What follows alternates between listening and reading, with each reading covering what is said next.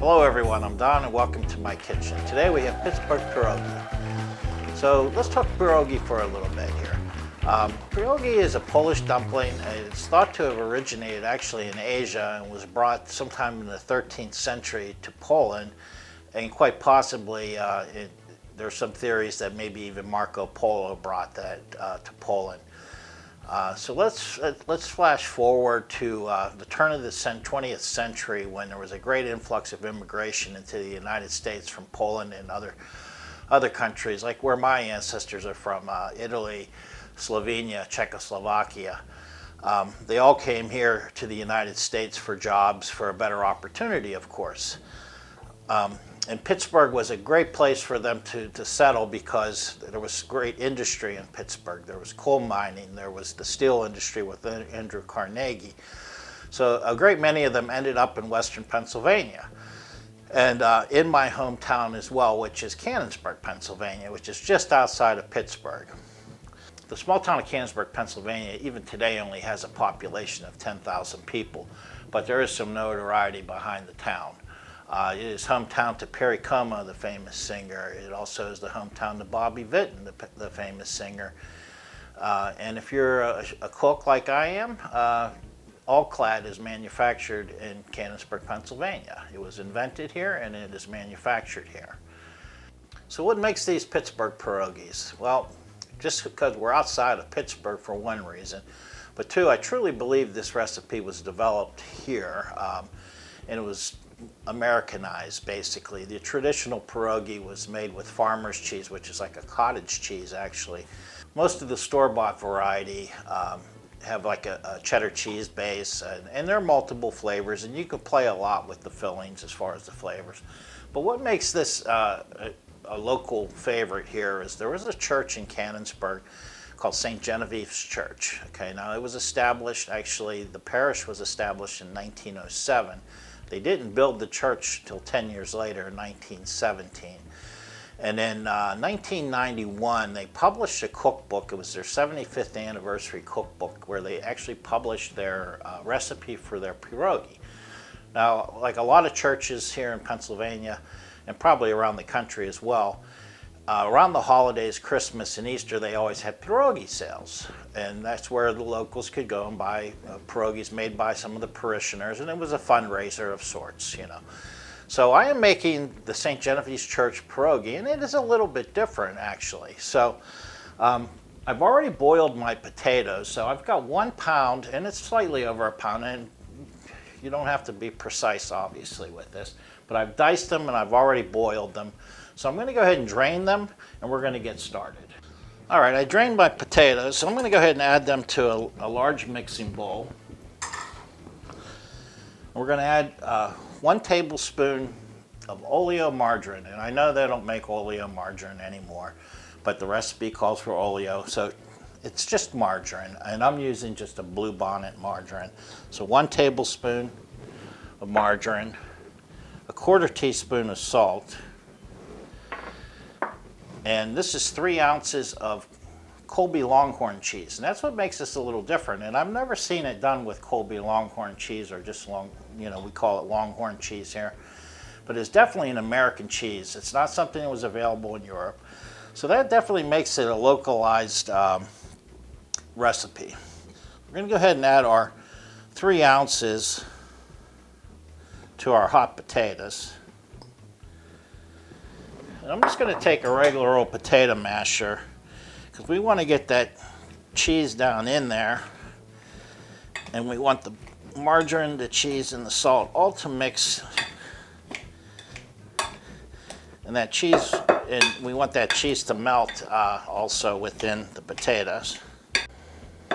Okay, now that I've just mashed it with a traditional potato masher, I also like to whip them a bit, so I'm going to take my hand mixer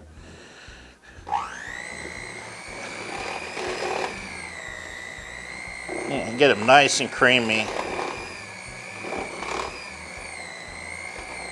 You want to get that cheese, margarine all mixed throughout.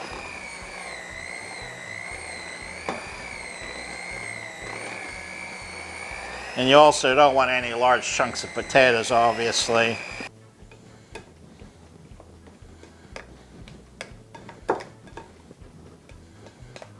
Okay, so that looks good. So I'm actually just going to flatten it out a little bit because we're going to refrigerate this while we go ahead and make our dough. So I'm just going to go ahead and throw some plastic wrap on top of this. And I'm going to go ahead and put this in the refrigerator, and we'll go ahead and move on. All right, so we're going to go ahead and move on to the dough, and I'm going to give you a quick list of ingredients. So we've got all-purpose flour, 2 cups. If you're going to weigh it out at 270 grams. And I know traditionally, and we've talked about flour weights in some of my previous videos, not everybody gets the same weight, but 270 grams is pretty close to what a normal cup is, but it also just works out well for this recipe. So I got 2 cups of all-purpose flour. I got a little extra flour for dusting my top when we roll these things out. I've got 1 tablespoon of sour cream. I got 1 large egg yolk. I got 1 whole large egg. I got 1 teaspoon of salt and 1 tablespoon of vegetable oil. So we're going to go ahead and start with, and we're going to use a food processor for this. You can use your KitchenAid. You can just do it all in a bowl. I really like making my dough now, my pierogi dough especially, in the food processor. And you'll see it's pretty quick. So we're going to add the 2 cups of flour. I'm going to go ahead and add my salt in. I'm going to give it a couple of quick pulses just to get the salt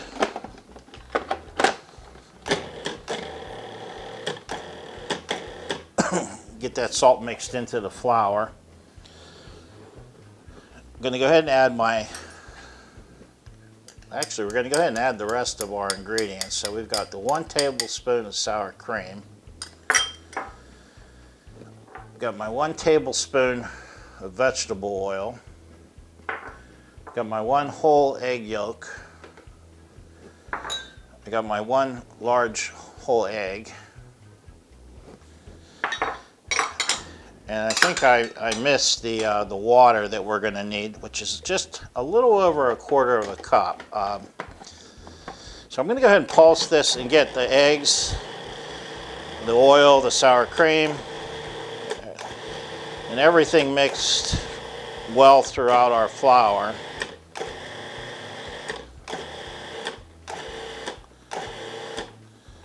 So as you can see, the flour is now turned yellow, which obviously is an indicator that the egg and everything's mixed, but it's not doughy, it's still a powder, okay? So what's going to bring it all together is water, and we've got the, it's just over 1/4 cup, about 6 tablespoons of warm water. I'm just going to go ahead and add all of that.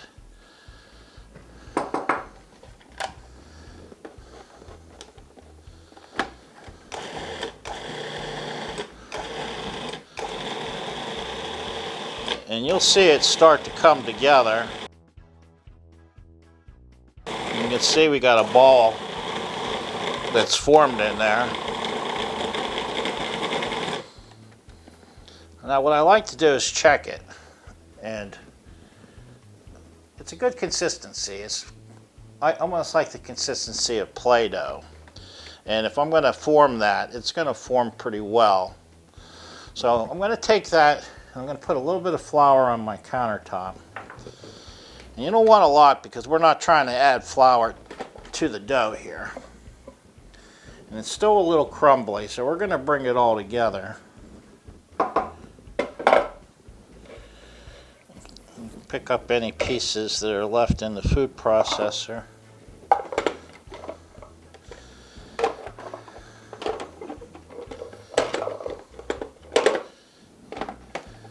Actually, I think that's pretty slick the way that has come, how that brings it all together. It's easy to clean, just throw that whole thing in the dishwasher. So I'm picking up all my little pieces and getting them into my dough ball. And this kind of dough does not require a lot of kneading. I do a little bit of kneading. And just go ahead and form yourself a ball.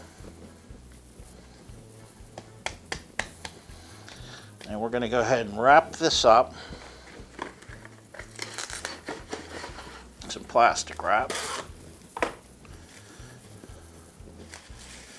And this is going to go into the refrigerator as well with the potato filling. So for about 30 minutes. So when we come back, we're going to go ahead and we're going to start to go ahead and roll out our dough, cut some pierogi, and start to do some assembly. So we'll be right back. All right, it's been about 30 minutes. I pulled the dough and the potatoes out of the refrigerator. Potatoes are a little warm, but easily manageable to handle.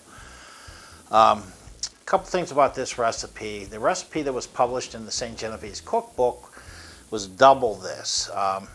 And I cut it in half because the double version would yield me 60 pierogies. And yet, they freeze very well. I don't always make 60 pierogi. I make 30 pierogi most often. That will serve about 6 people. So I cut the recipe in half, and in the description below it will be the written recipe, and I will give you both versions of that. So with that being said, we're going to go ahead and move on. I want to go ahead and get a little preparation going for how we're going to cook these, because we're going to go through the whole process of making and cooking these. And typically, you're going to always boil the pierogi first.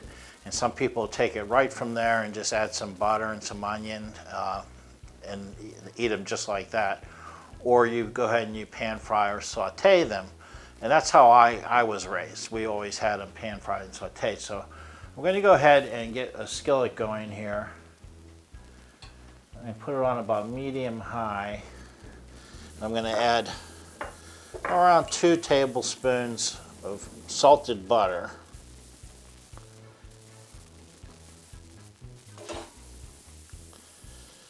We'll let that start to melt.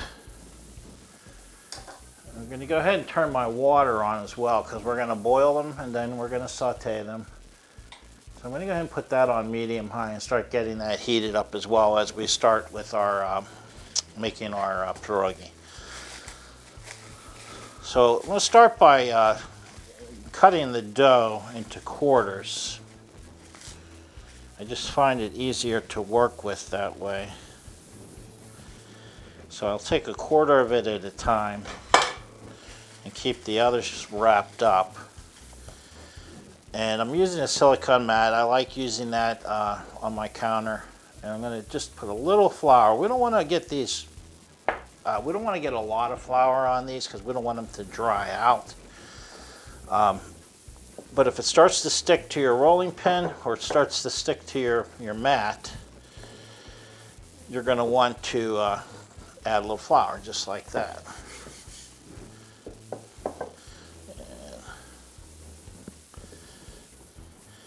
We're going to roll this out to about 1/8, somewhere between 1/8 and 1/16 of an inch.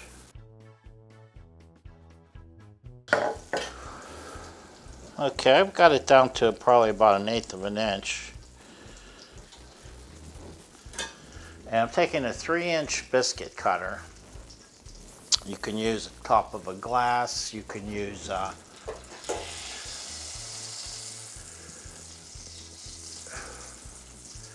cookie cutter if you have one in that size. I'm going to cut my heat back a little bit here. And I'm going to go ahead and add yellow onions that have been diced, about 1/4 of an inch.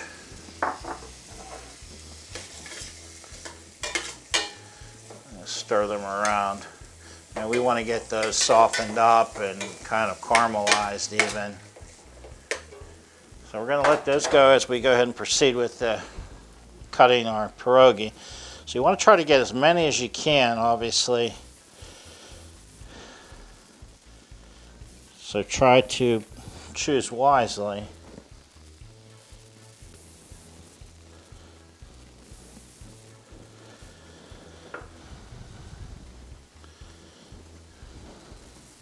And you want to save this dough because we're going to go ahead and roll it back out. And as long as they're not sticky, you can go ahead and set these aside.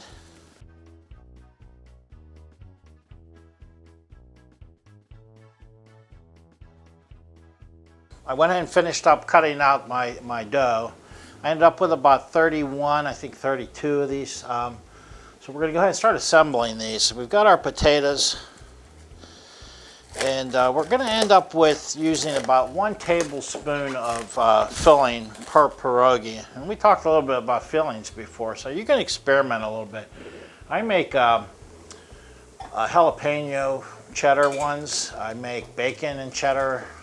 So you can do a lot with the fillings. You could take like sauteed onions and add them right to this filling. I don't know if you've seen my video, but I did one on Italian pierogi where I did sausage, ricotta cheese, Parmesan cheese. So there's a lot you can do to make these things a lot more interesting other than just plain cheese and potato. So we're going to go ahead and get started. I'm going to go ahead and give a little stretch to each of these because they shrink up a little bit. I'm going to take one, this is a cookie dough scoop that is 1 tablespoon. And we're going to go ahead and put 1 on each of these. What you want to do is stretch that dough up over, give it a pinch in the middle, and then start working your way out.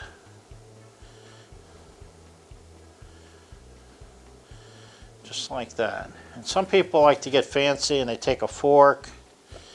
I don't find that that's necessary.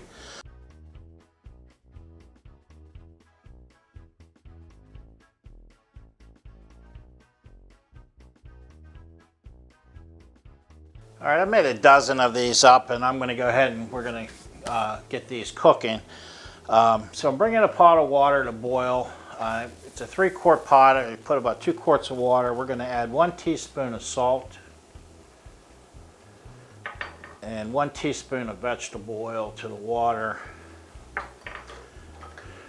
We're going to give it a little stir here. And you want to cook these for about 5 minutes, 3 to 5 minutes. They'll actually float to the top. I'm going to go ahead and add in about 6 of these guys. Yeah, as many as I can get in there.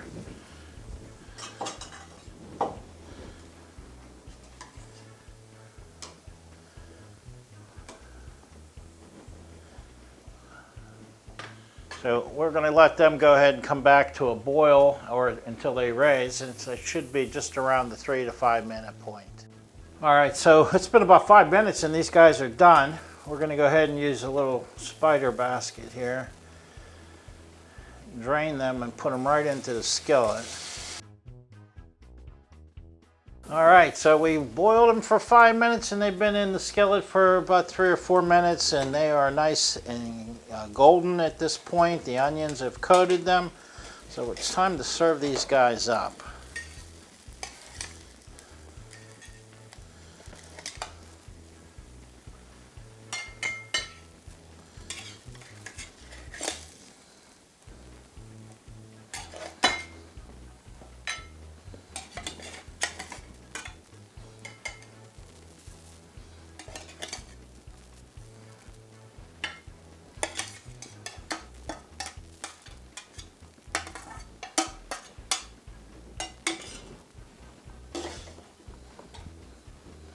And there we have it. I like pepper, so I'm definitely going to do a little pepper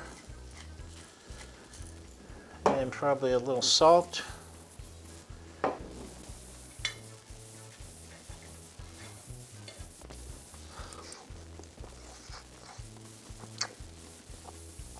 Oh, those are really good.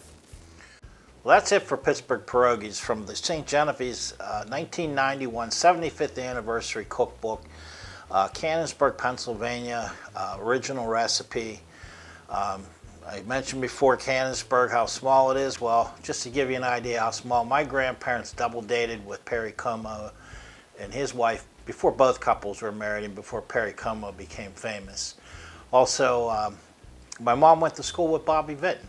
So it truly is small town America here. So I hope you enjoyed the recipe, and I hope you try the recipe, and I hope you can let me know what you think of the recipe in the comments below. I'm going to leave a link to the full written recipe. I'll also leave links to some of the gadgets that I used here today to create the recipe. So that's it for today in Don's Kitchen. We'll see you again.